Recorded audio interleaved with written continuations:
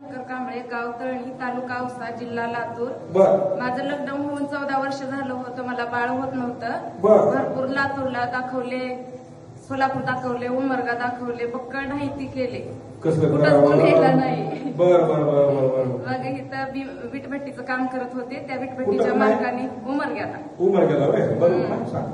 मग काम करत असताना त्या मालकाने घेऊन आले, इथं दावले मला. बर.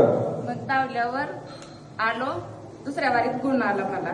14 वर्ष नव्हतं का? 14 वर्ष. एक तप गेलं की नाही? एक तप पूर्ण झालं. 12 वर्षाचा वनवास असतो, तप असतं. 14 वर्ष जसा रामाने वनवास भोगला तसं त्या बिचारीने 14 वर्ष वनवास भोगला. ती सांगते 14 वर्ष बाळ होत नव्हतं. हेच आहे का तुझं? हे इकडे इथं इथं इथं बघ, इथं इथं इथं इथं 14 वर्ष बाळ होत नव्हतं. आणि सगळीकडे दाखवलं. मग कुठले कुठले दवाखाने माहिती दाखवले? लातूर, उमरगा, सोलापूर. बर. काय म्हणायचं डॉक्टर? काय कोर्स करा, वर्ष एक वर्ष कोर्स करायचं, 9 महिने कोर्स करायचं, तरी पण फरक पडत नव्हता. बर. पुन्हा पुन्हा मग इकडं आलो मी, त्या भट्टीच्या बालकाने घेऊन आले. बर. काय म्हणला तुम्हाला? चला आपण जाऊ मलकापूरला, बघू तिथं म्हणजे. हा. बर. मग आणि तिथं आल्यानंतर आशीर्वाद घेतला. पुन्हा दुसऱ्या वारीत गुण आला. या काही त्यानंतर इथले आशीर्वाद घेतले.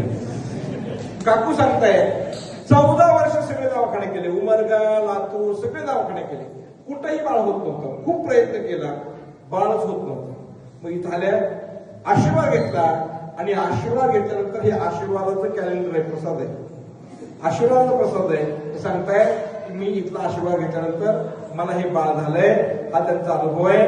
टाळ्याच्या हातावर पांढरे चट्टे पडत होते. माईकवर बोला ना. पांढरे चट्टे पडत होते हातावर, तोंडावर.